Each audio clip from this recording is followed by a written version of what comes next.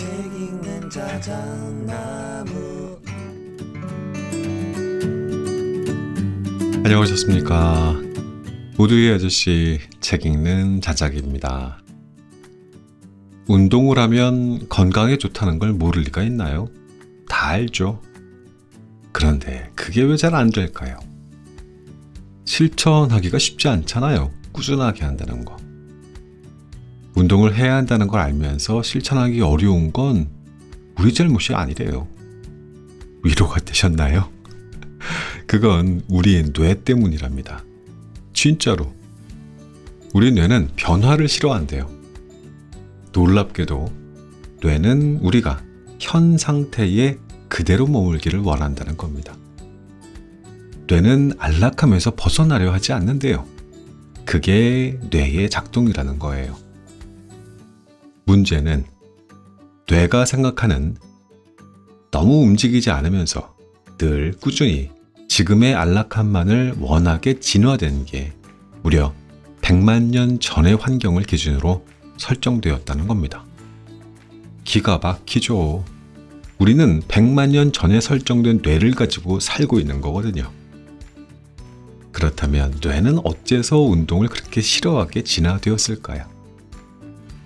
그 이유와 어떻게 하면 극복할 수 있는지를 오늘의 책에서 소개하려고 합니다. 재밌습니다. 이 책을 듣고 나면 꼭 운동을 하게 되실 겁니다. 오늘 소개할 책의 제목은 운동의 뇌과학, 지은이 제니퍼 헤이스, 옮기니 이영래, 펴낸 곳은 현대지성입니다. 책을 낭독 이전에 저는 이것도 한번 생각해 봤으면 했었어요. 무엇인가를 그냥 하는 것과 알고 하는 것의 차이가 뭘까? 그냥 하는 것은 마치 꽃이 바람에 흔들리는 것처럼 순간의 흐름에 따라서 움직이는 것입니다. 이것은 본능적이거나 습관적인 행동일 수 있는 거죠. 바람이 불지 않으면 흔들리는 꽃은 멈춥니다. 반면 알고 하는 것은 단순히 행동하는 것을 넘어서 그 이유와 목적을 깊이 이해하고 있다는 것을 의미하죠. 운동을 그냥 하는 사람이 있고요. 이 운동은 나한테 어떠한 영향을 주는지 알고 하는 사람이 있습니다. 어떤 차이가 있을까요? 운동하면 좋은 거 다 아는 것 같지만 어떤 사람은 지속하는 에너지가 없고 어떤 사람은 있습니다. 운동의 생명은 지속성에 있다고 봐요. 알고 운동하는 사람은 바로 이 차이, 괴롭거나 힘들거나 기쁘거나 신이 날 때 운동을 지속하는 에너지를 갖고 있어요. 왜냐하면 운동을 왜 하고 어떠한 이점이 있는지를 잘 알고 있기 때문입니다. 지은이 제니퍼 헤이스는 대학원생부터 정신질환인 강박장애를 앓았다고 합니다. 이 증상은 결혼 후 육아를 하면서 더 심해졌는데 어느 날 우연히 자전거를 탔더니 기분이 한결 좋아지면서 강박장애가 잦아드는 경험을 했다고 해요. 이후에 철인 3종 경기를 도전했고 완주와 함께 마음의 병이 낫게 됩니다. 이후 그녀는 알고 싶어졌어요. 운동과 우리 몸의 상관관계에 대해서. 몸을 움직여서 정신건강을 회복하고 인지 능력을 향상시키는 법을 찾는 연구를 하게 된 겁니다. 그래서 지금은 인지신경과학 박사학위를 받았습니다. 그럼 지금부터 뭘 알고 하자고 하는 것인지 책의 내용을 살펴보겠습니다. 자작나무 운동의 숲길을 걷겠습니다. 오늘도 끝까지 함께 해주십시오.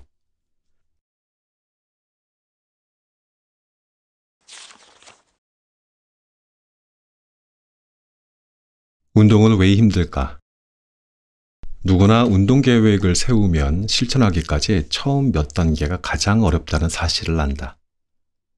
하지만 거기에 뇌가 한몫하고 있다는 사실은 모르는 사람이 많다. 뇌는 변화를 독려하지 않는다. 놀랍게도 뇌는 우리가 현 상태에 그대로 머물기를 원한다. 뇌는 끊임없이 변화하는 세상에서 이상적인 상태, 즉 항상성을 유지함으로써 몸을 지키고자 분투한다. 동시에 안락함을 벗어나려 하지 않는다. 문제는 뇌가 생각하는 항상성이 유지되는 행복한 상태가 무려 100만 년도 전의 환경을 기준으로 설정되었다는 점이다. 물론 여전히 유효한 것도 있다. 이를테면 체온이 그렇다. 뇌와 신체는 36.5도의 체온을 유지하기 위해 협력한다. 너무 추우면 몸을 떨고 너무 더우면 땀을 흘린다. 왜 뇌는 그토록 운동을 싫어하는 것일까? 그 이유와 극복하는 방법을 여기에 소개한다. 첫 번째 이유, 뇌는 게으름을 좋아한다. 운동을 한다는 생각만으로도 뇌가 움찔하는 첫 번째 이유는 바로 뇌가 게을러서다. 정확히 말하면 게으르다기보다 검소하다. 뇌는 모든 자발적 운동을 불필요한 지출로 생각하기 때문이다. 뇌는 당신이 생사의 갈림길에 서 있을 때에만 운동하기를 원한다. 생사가 운동에 영향을 받는 것은 명백한 사실이지만 살고 싶다면 무조건 움직여야 했던 선사시대의 조상들과는 달리 지금 우리는 움직이지 않아도 수십 년을 안전하게 살 수 있다. 정말로 필요한 때를 위해 에너지를 비축해 두어야 했던 선사시대에 비해 현대의 삶을 살기 위해서 움직여야 하는 때는 거의 없다. 이 때문에 모든 것이 바뀌었다. 과거에는 음식이 귀했고 채집과 사냥에 엄청난 에너지를 써야 했다. 그때는 시상하부와 그곳에서 울리는 허기의 알람이 우리를 구하는 영웅이었다. 끊임없이 사냥하는 동안 얼마나 많은 에너지가 사용되었을지 상상해보라. 인류학자들은 초기 인류가 사냥감보다 더 빨리 달려서 사냥감을 잡았을 것이라고 추측한다. 사냥은 하루 중에 가장 더운 시간에 시작되어 몇 시간씩 계속되었을 것이다. 이러한 상황은 인간에게 유리하다. 인간은 동물보다 털이 적고 땀구멍이 많다. 또한 인간은 이족 보행 때문에 에너지를 아주 효율적으로 활용할 수 있다. 그리하여 대부분의 동물보다 온열 스트레스에 더 오래 견딜 수 있었고 몇 시간의 추적 끝에 동물은 결국 힘없이 지쳐 쓰러졌을 것이다. 그렇게 선사시대의 사냥꾼인 존은 결투 없이 사냥감을 잡곤 했다. 또한 존이 다시 사냥에 나서기 위해서는 기나긴 추적으로 지친 몸을 회복해야 했기에 움직임을 최소화하는 생활이 일상이었다. 사실 존은 사냥을 할 때를 제외하고는 게으른 것으로 유명했다. 그러한 행동 때문에 존은 엄청난 욕을 먹었지만 결국 모두가 그의 게으름으로부터 혜택을 받았음은 부인할 수 없다. 존의 다리는 푹 쉬어서 항상 사냥을 할 수 있도록 준비된 상태였고 덕분에 존은 사냥감보다 빨리 달릴 수 있었으니 말이다. 궁극적으로는 게으름이 존을 살린 것이다. 게으름 덕분에 그는 먹이를 사냥해 오래 살 수 있었고 에너지 효율이 높은 그의 유전자를 다음 세대에 물려줄 수 있었다. 다윈은 이것을 두고 적자 생존이라 해야 할지 나태자 생존이라 해야 할지 고민했을지도 모른다. 이렇게 모든 존의 후손 존 주니어들은 존의 유전자를 이어받아 에너지를 아끼게 되었다. 다행히도 존 주니어는 더 이상 살기 위해 사냥을 할 필요가 없다. 다만 대부분의 시간 동안 게으름에 빠져 있다. 천성적으로 게으르게 태어났기 때문이다. 잠깐 섣불리 그를 비난해서는 안 된다. 우리 모두 에너지를 아끼는 존의 유전자를 품고 있기 때문이다. 그러나 다행히도 운동을 해야 한다는 논리는 게으름보다 강하다. 인간의 두뇌 중에서 가장 마지막으로 발달해 합리적인 사고를 담당하는 전전두피질은 좀 더 현명해서 게으른 뇌의 감정적인 애원에 논리적인 반박을 가한다. 이성의 뿌리를 두고 장기적인 목표를 달성하기 위해 게으름을 무시하는 것이다. 물론 전전두피질이 작동하기 위해서는 운동에 대한 계획이 필수이다. 이렇게 게으른 뇌를 이기기 위해서는 달력을 이용해 미리 운동 계획을 세워라. 실제로 한 연구는 간단한 계획을 세우는 것만으로도 우리가 훨씬 더 많은 시간을 운동에 쓴다는 점을 입증했다. 이 연구에는 새롭게 운동 계획을 세웠으나 아직 운동을 시작하지 않은 여성들이 참여했다. 이들 절반은 지시에 따라 달력을 이용해 운동 계획을 세웠고 나머지 절반은 아무런 계획도 세우지 않았다. 그 결과 계획을 세운 여성들이 계획이 없는 여성들보다 꾸준히 더 오랫동안 운동을 하고 처음 세운 목표도 달성했다.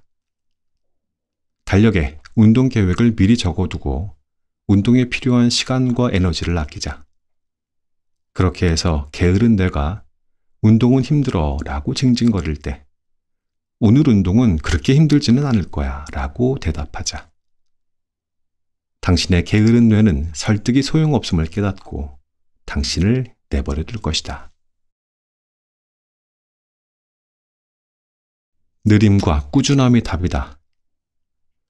운동을 막 시작할 무렵에는 당장 눈앞의 결과에 도취되어 휴식은커녕 운동 강도를 조절하지 못한다. 이런 시나리오를 생각해보자. 봄이 왔다. 태양은 눈부시고 모두가 따뜻한 날씨에 이끌려 밖으로 나간다.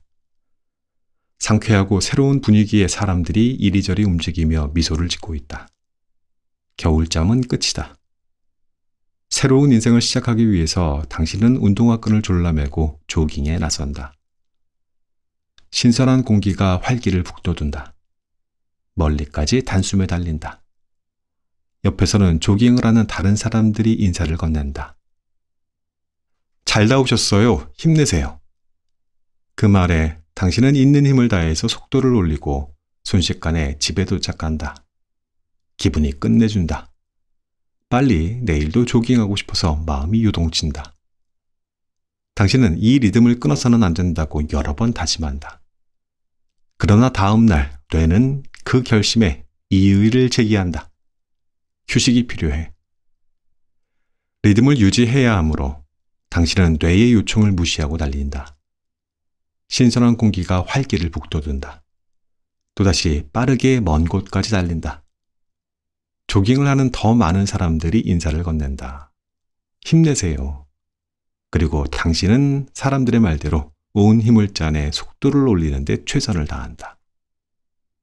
그리고 다음 날 뇌는 자신의 말을 무시한 것에 대해 극심한 고통으로 응수한다. 온몸이 쑤시고 발까지 아프다. 말 그대로 움직일 수가 없다. 달리고 싶지만 한 발자국도 뗄 수 없을 정도다. 다행히도 며칠이 지나니 통증이 가라앉았지만 계획에 차질이 생겼다는 기분 나쁜 사실이 당신을 주저앉힌다. 리듬이 깨져버렸다. 새로운 당신을 만들겠다는 계획도 깨졌다. 대학 시절 내 룸메이트는 대학 육상팀의 간판 선수였다. 그녀가 나에게 조깅을 같이 하자고 권했다. 나는 육상 선수인 룸메이트와 조깅을 할 생각이 들떠 있었다. 마침내 조깅을 습관으로 만드는 비결을 알아낼 수 있는 기회가 왔다고 생각한 것이다. 조깅을 약속한 당일 그녀와 나는 몸을 풀기 위해 천천히 달렸다. 나보다 먼저 나와 달리고 있는 다른 사람들이 인사를 건네며 지나갔다. 기분이 끝내줬다. 그러나 좋은 기분은 잠시였다. 이내 그녀는 본격적으로 속도를 올렸고 내 몸은 점차 무거워지기 시작했다. 심장박동은 참을 수 없을 정도로 빨라졌다. 나는 속도를 줄이자는 애원의 눈길을 보냈지만 룸메이트는 내가 힘들다는 사실을 눈치채지 못한 채 끊임없이 달리기만 했다. 그녀의 눈은 지평선에 고정되어 있었고 입은 귀에 걸려 있었다. 이 순간 조깅은 내게 고문이나 다름없었다. 어떻게 이런 걸 즐길 수가 있는지 이해하기 어려웠다.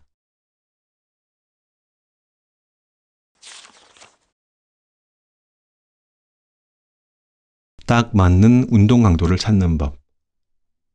토끼와 거북이 이야기를 기억하는가? 느리고 꾸준히 가야 성공한다는 우화의 교훈은 운동을 시작할 때도 적용된다. 우리의 몸은 스트레스 시스템이 거북이 같은 접근법을 요구하기 때문이다. 좋은 스트레스와 나쁜 스트레스, 알로스타시스와 알로스타틱 부하는 종이 한 장 차이다.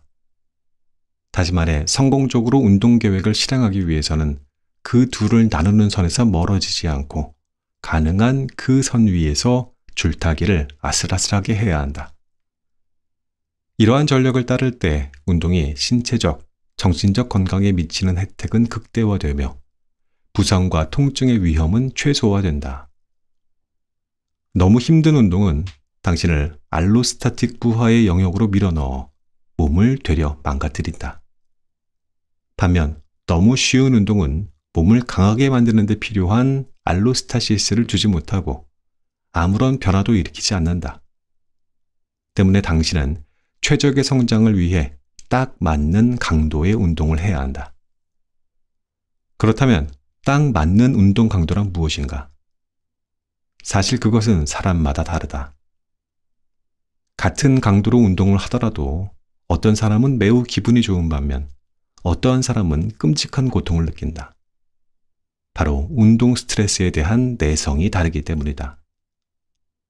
내가 속한 뉴로핏 연구소는 운동 스트레스 테스트를 실시해 운동 내성을 측정한다. 방법은 다음과 같다. 1. 피실험자에게 자전거에 앉아 힘이 들지 않는 약한 강도로 페달을 밟게 한다. 2. 처음보다 강도를 약간 높인다. 피실험자는 허벅지에 약간의 묵직함을 느끼며 페달을 밟을 것이다. 근육은 유산소 대사를 통해 산소를 공급받는데 이제 근육은 공급받는 것보다 더 많은 산소를 필요로 할 것이다. 부족분을 채우기 위해 무산소 대사가 끼어들기 시작하고 이 과정에서 근육의 피로를 유발하는 물질인 젖산이 생성된다. 3. 강도를 한 단계 더 높인다. 이제 피실험자는 근육이 타는 듯한 통증을 느낀다. 바로 이 상태가 젖산 역치, 즉 당신에게 딱 맞는 운동 강도다. 이 상태에서는 힘이 들어도 피로를 기분 좋게 받아들일 수 있으며 당신에게 필요한 알로스타시스가 진행된다. 여기에서 계속 이런 용어가 나오죠. 알로스타시스. 알로스타시스는 좋은 스트레스를 말하는 겁니다. 그리고 알로스타틱 부하는 나쁜 스트레스를 말하는 거고요. 4. 3번보다 강도를 더 높이면 더 많은 젖산과 더 많은 스트레스가 생성된다. 아드레날린과 코르티솔이 물밀듯이 혈관으로 쏟아져 들어온다. 피실험자는 숨이 가빠지고 심장이 격하게 뛴다. 5. 이 상태가 지속되면 몇 분 안에 피실험자는 더 이상 산소 섭취가 늘지 않는 최대 산소 섭취량 지점에 도달한다. 이는 당신의 몸이 필요로 하는 산소 수요를 따라갈 수 없다는 뜻이다. 최대 산소 섭취량 지점에 도달하면 알로스타틱 부하에 대한 공포로 뇌가 신체를 멈춘다. 그리고 테스트는 여기서 끝난다. 자, 따라서 당신에게 딱 맞는 운동 강도는 3번의 젖산 역치 상태나 그보다 살짝 더 힘든 상태라고 할 수 있다. 연구소에 갈 수 없어서 딱 맞는 운동을 찾지 못하면 어떡하냐고 걱정할 필요 없다. 스스로와의 대화를 통해서 당신의 젖산 역치를 추정할 수 있다. 운동을 하면서 스스로에게 물으라. 지금 편안하게 이야기할 수 있는가? 그렇다면 당신은 젖산 역치 아래에 있다. 이후 강도를 높이고 다시 자문하라. 지금 편안하게 이야기할 수 있는가? 답이 아니요 라면 그때의 운동 강도는 젖산 역치보다 더 높을 가능성이 크다. 무조건 젖산 역치보다 높은 강도의 운동이 나쁜 것은 아니다. 현재 상태보다 건강해질 수 있을 정도의 알로스타시스를 만들려면 처음 며칠은 젖산 역치보다 높은 강도의 운동을 해야 한다. 역기의 무게를 점진적으로 늘려서 근력을 키우듯 운동 스트레스 내성도 운동의 강도와 지속 시간을 점진적으로 늘려야 키울 수 있다. 오래 지나지 않아 당신은 더 탄탄하고 건강한 몸을 갖게 될 것이다. 또한 운동도 이전에 비해 더 즐기게 될 것이다. 운동 스트레스 내성을 키우면 운동에 대한 즐거움도 증가하기 때문이다. 약간 힘들다라고 생각되는 운동의 강도가 젖산역치에 이르렀을 때의 운동 강도를 말하는 것이다. 젖산역치 수준 이상의 운동을 하면 어느 순간 젖산이 생산되는 속도가 제거하는 속도를 능가하는 때가 오고 이후부터 젖산이 축적된다. 리암의 경우에도 그리 오래 지나지 않아 젖산 수치가 높아졌고 동시에 기분이 시시각각 나빠졌다. 다행인 점은 우리가 운동을 통해서 젖산 역치를 이전보다 높은 수준으로 끌어올릴 수 있다는 점이다. 다시 말해 운동을 할수록 힘들이지 않고 운동할 수 있는 범위가 넓어진다는 뜻이다. 운동을 일상화하는데 가장 큰 비극은 새로운 운동을 시도하면서 처음 느낀 몇 번의 감정이 장기적으로 그 운동을 지속할지 말지에 대해 막대한 영향을 미친다는 점이다. 안타깝게도 당시 나는 달린 후에 기분이 좋지 않았고 그래서 곧 달리기를 그만두었다. 운동은 다른 누구도 아닌 당신의 체력을 키우기 위한 당신만의 여정이다. 때문에 운동 강도는 스스로 정해야 한다. 딱 맞는 듯한 느낌은 개개인의 젖산 역치에 좌우되기 때문에 다른 사람과의 비교는 도움이 되지 않는다.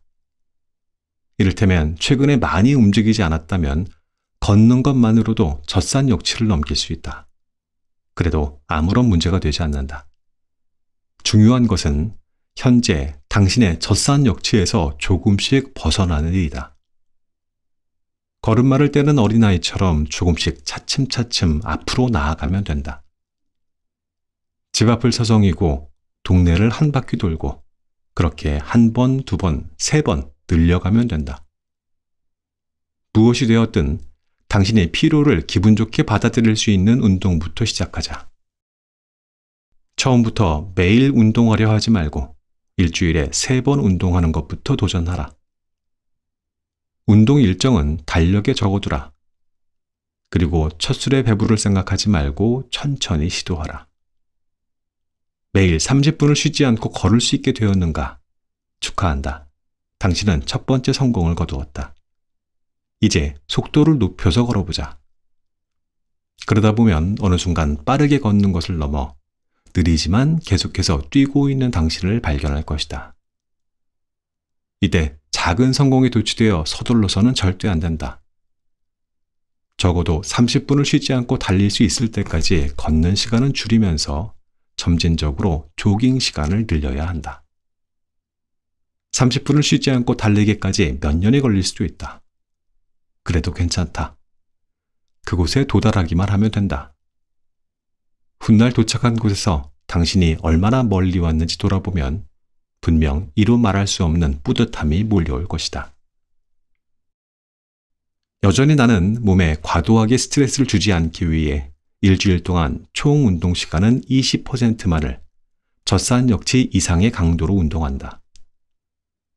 이러한 방식으로 운동이 항상 내포하고 있는 과도한 훈련으로 인한 부상의 위험이 없이 운동의 치유력만을 활용한다. 그러니 만일 당신도 운동하는 일에 스트레스를 받는다면 운동 규칙을 바꾸고 강도를 낮추어 보라.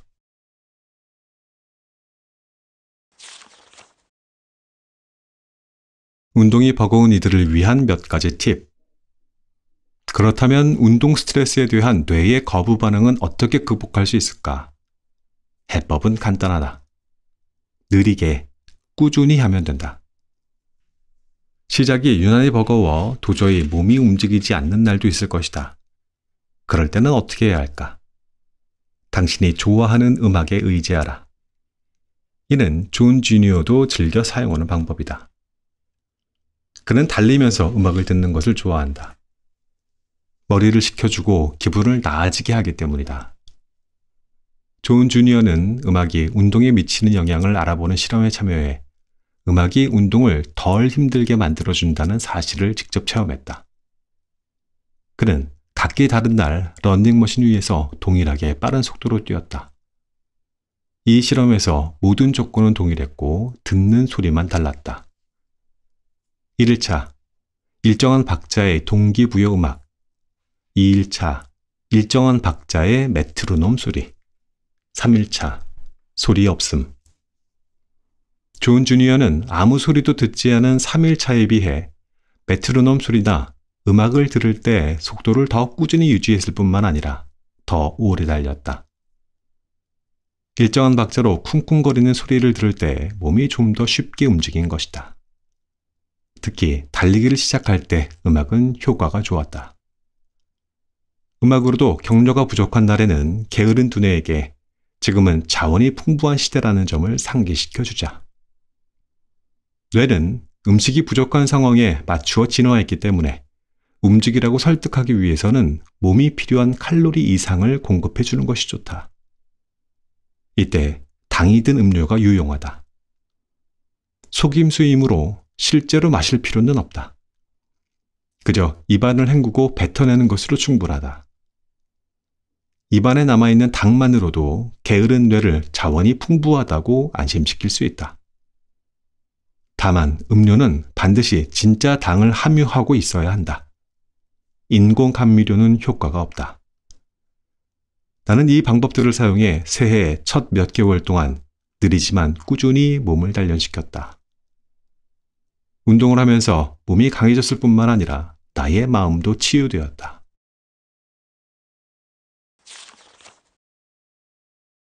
당신도 운동으로 우울증을 치료하고 예방하고 싶은가? 그렇다면 사소한 것이 큰 변화를 일으킨다라는 말을 항상 마음속에 간직하고 운동에 임하자.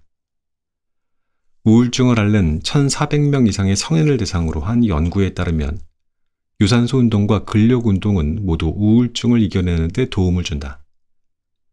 유산소 운동을 일주일에 3번 했을 때 우울증을 완화하는 데 효과가 있었고 강도에 따른 차이는 없었다. 가장 중요한 것은 지속 시간이었다. 운동 시간을 10분만 늘려도 항우울 효과가 급격하게 늘어났다. 반면 근력 운동의 경우는 지속 시간보다 강도가 중요했다. 일주일에 2-3번 근력 운동을 했을 때 운동 강도를 10%만 높여도 항우울 효과가 급격하게 커졌다. 어떠한 강도로든 일주일에 1시간 이상 운동을 한 사람은 우울증에 걸리지 않았다. 만약 연구에 참여한 모든 사람들이 일주일에 1시간 이상 운동을 했다면 우울증 발병을 12% 이상 낮출 수 있었을 것이다. 다만 1시간 넘게 운동하거나 더 높은 강도로 운동을 해도 우울증 예방 효과가 더 높아지지는 않았다. 즉, 어떠한 강도로든 일주일에 1시간만 운동을 하면 우울증을 충분히 예방할 수 있다. 일주일에 1시간을 투자해 얻는 효과치고는 가성비가 좋지 않은가? 모든 운동은 사람의 기분을 좋게 만드는 힘이 있다. 혼자 등산하기, 친구들과 자전거 타기, 시원한 수영장에서 잠수하기, 무거운 역기를 들어 올리기 등 우리를 기분 좋게 만드는 신경화학 물질인 도파민이 분비된다. 운동은 도파민을 기준치의 130%로 증가시킨다. 이는 섹스의 도파민 증가치 160%보다는 낮지만 만족스러운 식사가 주는 도파민 증가치와 같다. 흔히 중독을 유발한다고 알려진 알코올, 니코틴, 코카인 등의 도파민 생성 수치를 보면 운동에 중독될 가능성이 거의 없다는 사실을 알게 된다. 운동으로 생성되는 도파민은 다음 수치에 비하면 턱없이 적기 때문이다. 알코올, 도파민 기초의 200% 증가, 니코틴, 도파민 기준치의 225% 증가, 코카인, 도파민 기준치의 350% 증가. 혹시 이런 생각이 들 수도 있다. 기분을 좋게 만드는 도파민이 많으면 많을수록 좋지 않을까? 애석하게도 그렇지 않다. 과도하게 많은 도파민은 뇌를 망가뜨리고 치명적인 뇌 손상을 일으킨다.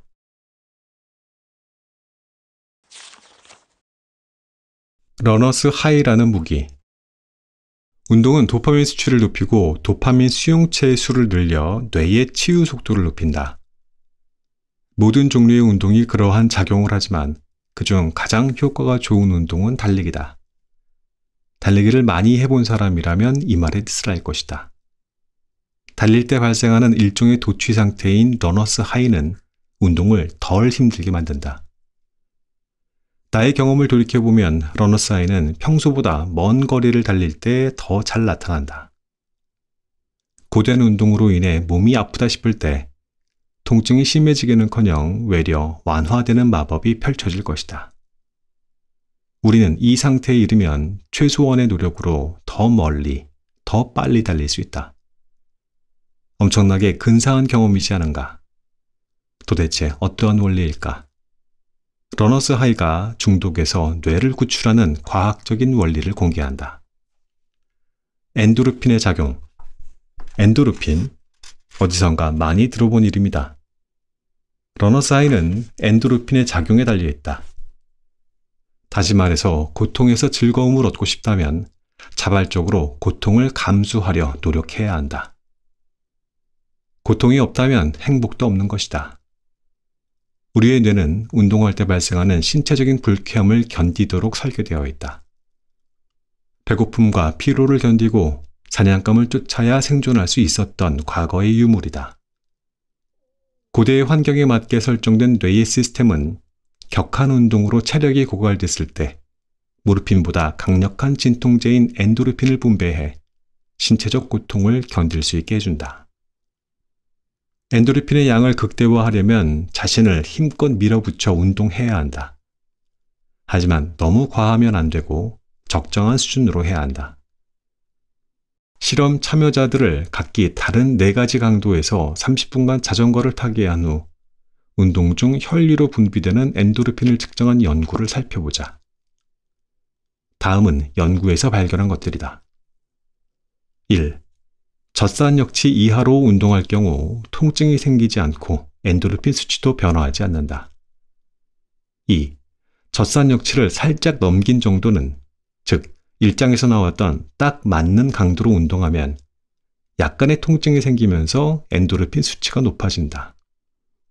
3. 격하게 운동해 젖산역치를 훌쩍 넘기면 통증은 더 많이 발생하고 엔도르핀 수치도 더 높아진다.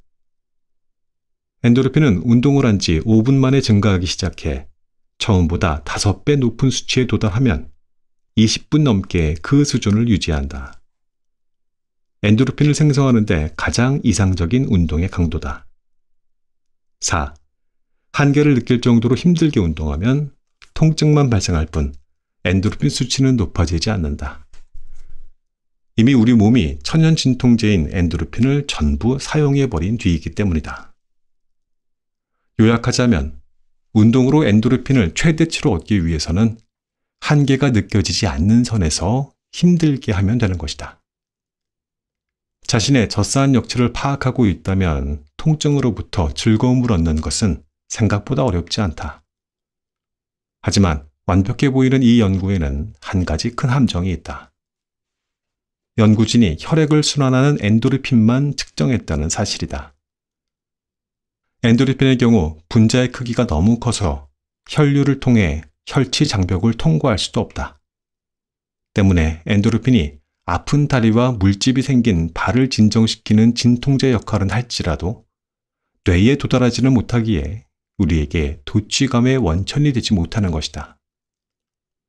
이 중요한 사실을 오랫동안 간과한 탓에 엔도르핀이 러너스 하이를 발생시키는 요인인지에 관한 연구는 한동안 아무런 진전이 없었다. 그러다 2008년 획기적인 연구로 운동하는 동안 뇌 분비샘이 아닌 뇌의 다른 부위에도 엔도르핀이 분비된다는 사실이 발표해졌다. 연구진은 달리기 경험이 많은 사람을 2시간 동안 달리기 한 후 뇌를 스캔해 강도 높은 달리기는 뇌 속의 엔도르핀 수치를 증가한다는 점을 확인했다. 많은 양의 엔도르핀이 뇌 신경망의 감정 중추 주위에 모여 있었다. 연구진은 감정 중추 주변에 엔도르핀이 많은 사람일수록 달리면서 행복감을 경험한다는 사실을 밝혀냈다. 드디어 엔도르핀과 러너스 하이의 연관성을 확인한 것이다. 그것이 다가 아니다. 하프 마라톤 선수들은 뛰고 난 이후에도 큰 행복감을 느낀다. 그 이유는 무엇일까? 몇몇 이들은 성취감 때문에 그런 거라고 말할지도 모른다. 물론 그럴 수도 있지만 단지 그 이유 때문은 아니다. 이에 대해 이야기하기 위해서는 러너스 하이의 두 번째 비밀을 알아야 한다. 엔도카나비노이드의 작용. 여기에서 말한 두 번째 물질의 작용 덕분에 달리고 난 뒤에 더 큰 행복감을 느끼게 된다. 운동은 중독성이 거의 없지만 러너스 하이는 약물과 비슷한 방식으로 작용한다. 러너스 하이가 주는 쾌락은 대마초 한 모금의 달콤한 행복감과 비슷하다. 대마초? 당신은 믿을 수 없다는 표정을 묻겠지만 사실이다. 운동이 뇌에 미치는 영향은 대마초와 매우 비슷하다. 대마초에서 추출되는 카나비노이드 성분은 우리 몸에서도 운동을 통해 생성되는데 이를 내재성 카나비노이드, 즉 엔도카나비노이드라고 부른다. 그렇다면 엔도카나비노이드를 생성하려면 얼마나 운동을 해야 할까?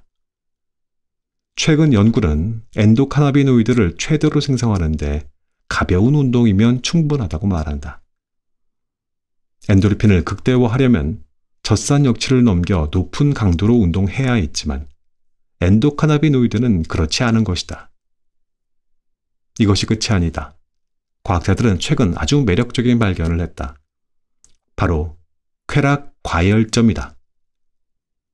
쾌락 과열점은 엔도카나비노이드와 엔도르핀으로부터 자극을 받아 활성화되며 두 자극을 동시에 받을 경우 엄청난 쾌감을 선사한다. 이것이 바로 러너스 하이다. 몇몇 이들은 의문을 제기할 것이다. 엔도르핀과 엔도카나비노이드가 극대화되는 운동 강도가 다른데 도대체 어떻게 둘을 동시에 극대화할 수 있죠? 다행히 조합 방식에 따라 두 물질을 동시에 극대화할 수 있다. 베이킹을 하는 사람이라면 알겠지만 빵을 만들 때 재료만큼 중요한 것이 재료를 혼합하는 방법이다. 러너스 하이를 만드는 방법도 비슷하다. 엔도르핀은 격하게 운동할 때 높아지지만 낮은 운동으로 운동하면서 이를 극대화하는 방법도 있다. 바로 오래 달리는 것이다. 숙련된 운동선수 10명을 대상으로 한 연구 결과가 그 사실을 증명한다. 연구진은 선수들에게 가벼운 강도로 운동하되 지쳐서 도저히 견딜 수 없을 때까지 계속하라고 지시했다. 처음 50분 동안에는 엔도르핀 수치가 그대로였지만 운동을 시작한 지 90분이 넘어가자 수치는 빠르게 상승해 최고치에 도달했다. 아마 운동에 두려움을 지닌 사람들이라면 러너스 하이는 자신이 경험하기 어려운 마치 다른 세상의 이야기처럼 들릴 것이다. 하지만 여기에 방법이 나왔다. 가벼운 강도로 오랫동안 달린다면 엔도르핀과 엔도카나비노이드를 동시에 극대화해 누구나 러너스 하이를 경험할 수 있다.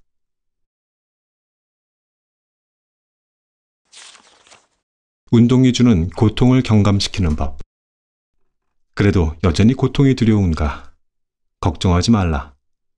고통 없이 엔도르핀 수치를 높이는 몇 가지 해결책이 있다. 첫째, 다른 사람과 함께 운동하라. 여러 명이 같이 운동하면 사람이 견딜 수 있는 최대 수준의 통증인 통증 내성이 높아진다. 이는 대학 조정팀을 관찰하면서 밝혀진 사실로 혼자 노를 저을 때보다 함께 저을 때 고통을 견디고 더 멀리, 더 빨리 이동하는 것을 볼 수 있었다. 함께 운동하는 것의 이러한 효과는 어떠한 운동을 어떠한 사람과 함께 하는지보다 동시에 함께 움직인다는 점에서 기인한 것으로 보인다. 크로스핏이 인기를 끌고 있는 이유도 이 때문일 것이다. 공동체적인 분위기 속에서 격렬하게 운동하면 통증 내성이 높아지고 뇌가 한껏 엔도르핀을 펌프질하기 때문에 힘이 덜 들고 더 즐겁다. 둘째, 음악을 들어라. 모든 종류의 운동은 강도와 지속 시간에 관계없이 기분을 끌어올리는 잠재력이 있다. 이 잠재력을 음악으로 조금만 자극해주면 엔도르핀과 도파민은 즐거운 일을 기대할 때마다 분비된다. 심지어 도파민은 음악만 들어도 분비된다. 이제 운동이라는 고통을 즐거움으로 만들어야 한다는 부담에서 벗어나자.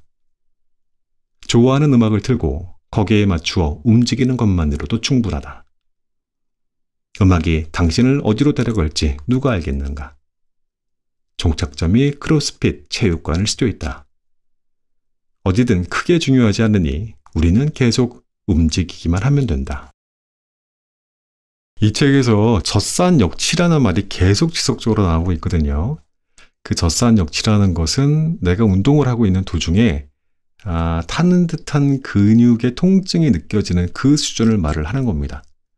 이 책에서는 계속 운동의 강도가 되게 중요하다고 말을 하는데 그 운동 강도가 그 젖산역치를 넘어서도 안 되고 너무 미만이어도 안 된다라는 말을 지속적으로 하고 있어요. 자, 마지막으로 운동 강도 높이기라는 챕터 읽어드리면서 마무리해 보겠습니다.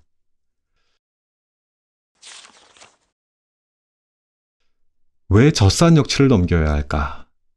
빠른 속도로 걸으면서 편안하게 이야기할 수 있을 정도로 체력을 키운 제 상태가 어떤가요? 라고 당신이 묻는다. 아주 좋습니다. 체력이 많이 좋아졌고 다음 단계로 넘어갈 준비가 끝났어요. 라고 나는 답한다. 다음 단계요? 솔직히 저는 이 정도로 만족하는데요. 라며 당신은 망설인다. 나는 여기에서 부디 한 걸음 더 내디디길 제안한다. 좀 더 어려운 운동에 도전하면 뇌에 놀라운 혜택이 주어지기 때문이다. 있는 힘을 다하지 않아도 된다. 약간 더 도전적인, 즉 젖산역치나 그것을 조금 넘어서는 정도면 충분하다. 1장에서 이야기한 당신에게 딱 맞는 운동 강도를 기억하는가? 바로 그 지점이다. 우선 당신이 좋아하는 활동을 선택하라. 조깅, 자전거, 수영 등 도전적인 활동이라면 무엇이든 상관없다.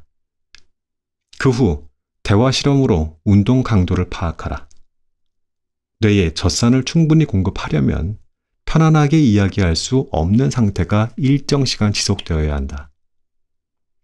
근육이 필요로 하는 에너지가 산소가 공급하는 에너지보다 더 많은 양일 때 우리 몸에서는 부족분을 메우기 위해 무산소 대사가 시작되고 젖산이 생산된다. 젖산은 근육에 도착한 뒤에 산성으로 변해 타는 듯한 느낌을 유발한다. 해로울 것 같아요 라고 당신이 외친다. 과학자들도 오랫동안 그렇게 생각해왔다. 하지만 젖산은 전혀 독성이 없고 뇌에도 아무런 해를 끼치지 않는다. 오히려 젖산은 두 가지 중요한 작용을 통해 치매의 독성으로부터 뇌를 보호한다. 첫 번째, 뇌로 이동하는 혈류가 1년에 10%씩 줄어드는 중년에 운동을 통해 생산되는 젖산은 혈관의 생성을 촉진해 혈류를 늘린다.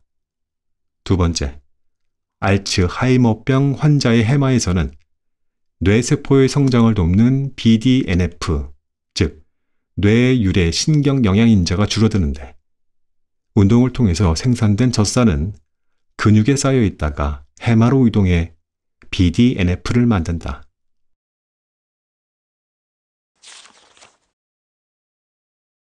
뇌세포 생산에 관한 간략한 역사. 오랫동안 과학자들은 초기 아동기의 결정적인 시기가 지나면 두뇌의 배선이 평생 고정된다고 믿었다. 학자들이 뇌세포를 추가하거나 제거하면 복잡한 신경회로가 망가지고 신경 간의 소통이 꼬여 기능장애가 생깁니다. 라고 말한 것이 당연시되었다. 잘못된 믿음의 뿌리가 너무나 깊었기에 반증 사례들은 심하게 비판받고 노골적으로 배척당했다. 분명 연구원들이 어딘가에서 오류를 저지른 게 분명해 라고 말할 정도였다. 그 말을 듣는 모두가 동의의 뜻으로 고개를 끄덕였음은 물론이다. 그러나 1999년 헨리에터 판프라흐라는 명석한 젊은 과학자가 발표한 1년의 연구 결과로 인해 과학계는 전과는 다른 방향으로 움직이기 시작했다. 그녀의 연구는 성인기에도 뇌세포가 생산된다는 사실을 밝혀 뇌의 노화를 보는 관점을 송두리째 바꾸었다. 다만 이 현상은 해마라는 특정한 영역에서만 발생했다. 그녀는 새로운 뇌세포를 생산하는 가장 효과적인 방법이 운동이라는 사실도 발견했다. 운동은 젊은쥐와 늙은쥐 둘 다에게 신경세포를 촉진했고 기억력을 향상시켰다. 마치 운동이 늙은 뇌를 젊게 되돌리는 것 같았다. 성인의 뇌에서도 새로운 뇌세포가 생길까? 이는 매우 중요한 질문이자 첨예한 반응을 낳는 질문이다. 몇 년 전 두 가지 상반된 연구가 1개월 간격으로 발표되어 세간의 이목을 끈 적이 있다. 하나는 신경 생성의 증거를 발견했다는 것이었고, 다른 하나는 발견하지 못했다는 것이었다. 내가 속한 연구소는 인터벌 걷기가 일화 기억에 어떠한 영향을 미치는지 알아보는 실험을 진행했다. 인지적인 문제가 없고 정적인 생활을 하는 노인 64명을 모집한 뒤 이들을 대상으로 운동센터에서 훈련을 진행했다. 느린 속도로 3분간 걷기, 빠른 속도로 3분간 걷기를 5회 이상 반복하는 훈련을 일주일에 3번, 12주 동안 전문 트레이너 감독하에 실시했다. 참가자들의 체력이 서서히 향상되자 우리는 러닝머신의 속도와 경사를 목표 강도까지 올릴 수 있었다. 그리고 인터벌 걷기를 한 12주가 지나자 그들의 일화 기억력은 30%가 향상되었다. 기억력과 체력 간의 직접적인 상관관계를 입증한 셈이다. 게다가 인터벌 걷기를 한 노인들은 기억력이 향상한 반면 일정한 속도로 걷거나 스트레칭을 한 노인들의 기억력은 변하지 않은 사실도 주목할 만하다.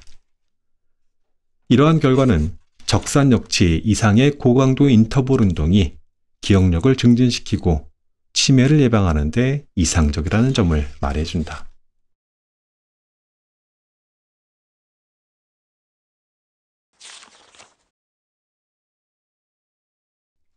이 책의 낭독은 여기까지 하겠습니다. 이 책의 내용이 무척 방대하고요. 또 연구 자료에 대한 결과가 자주 인용이 돼서 요약 정리를 한번 해봐야 될 것 같아요.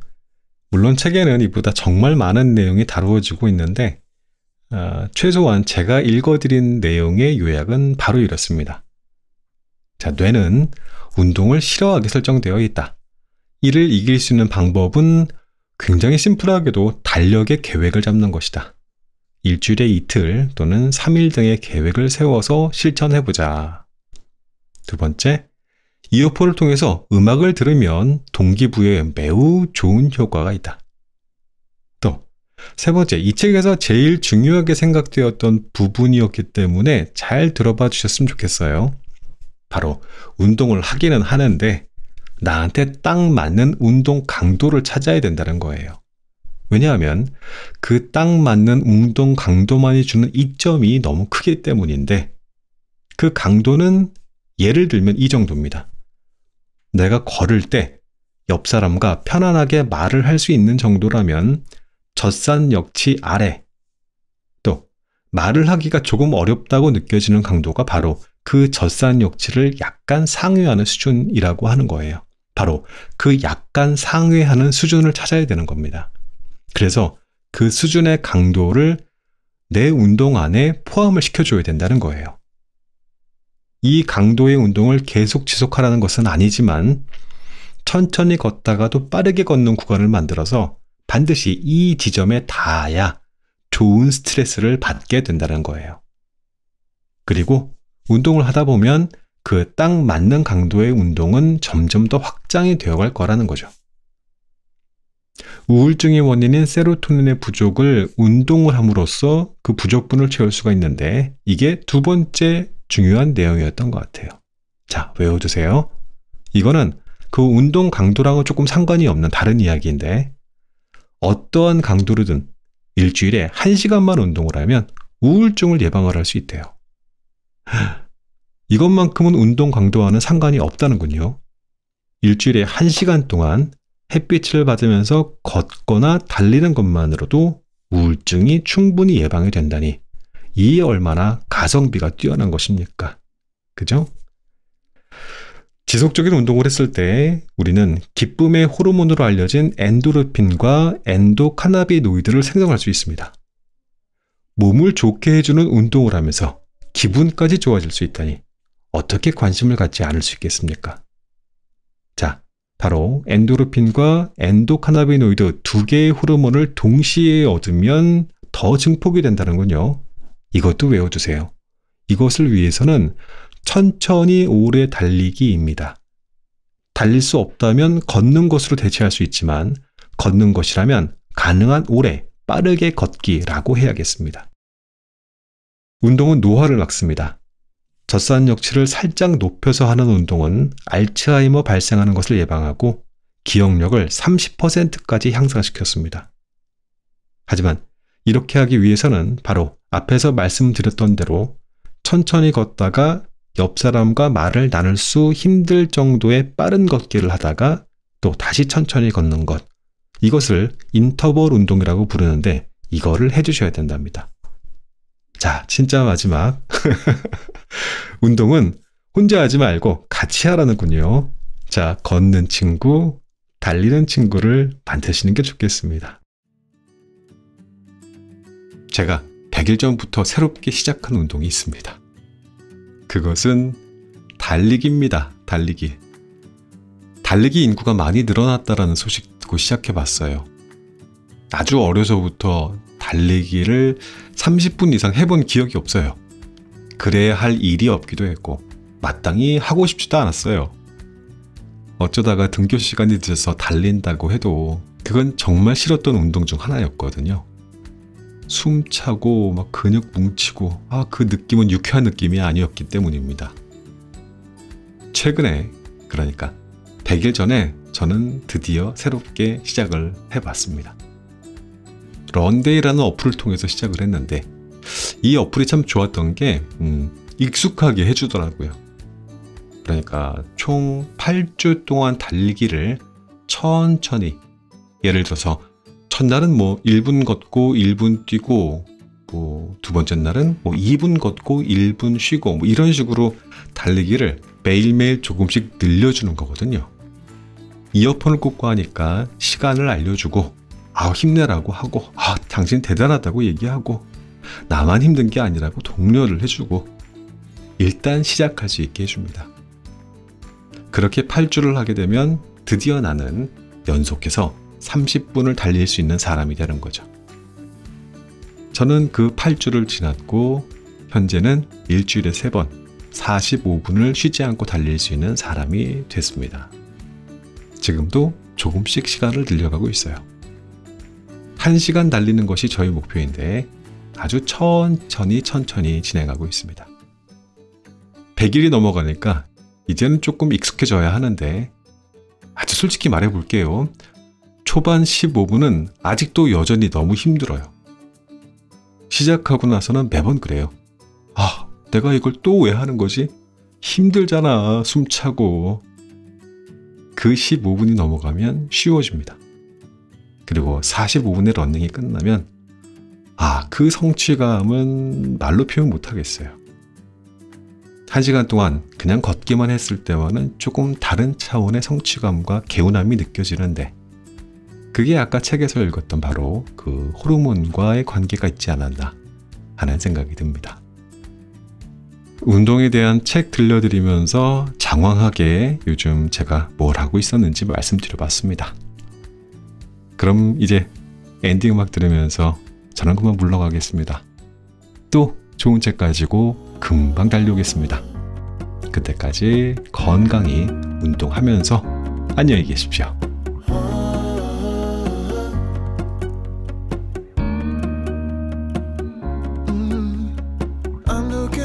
From my window, sun's coming up like the day before.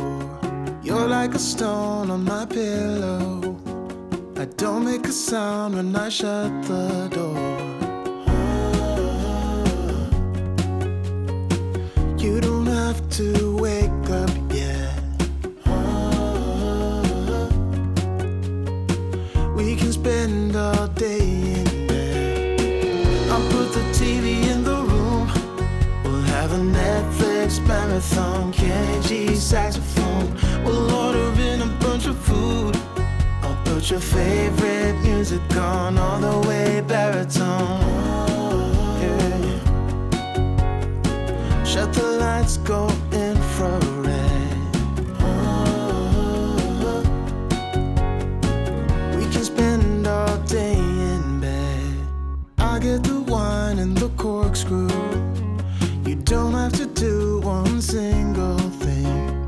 You don't know how much I want you.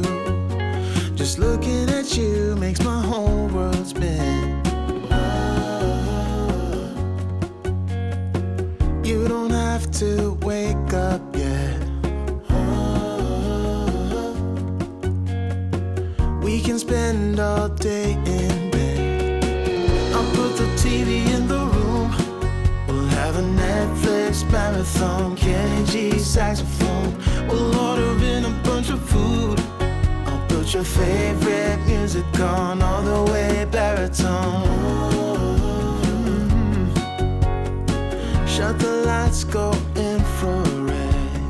Oh, we can spend all day in bed.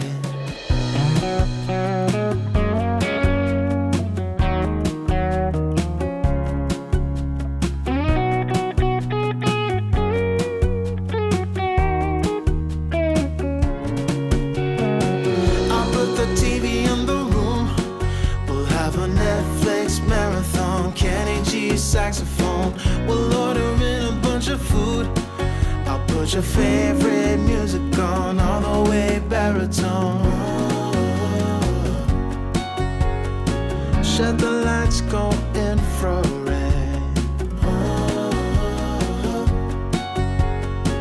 We can spend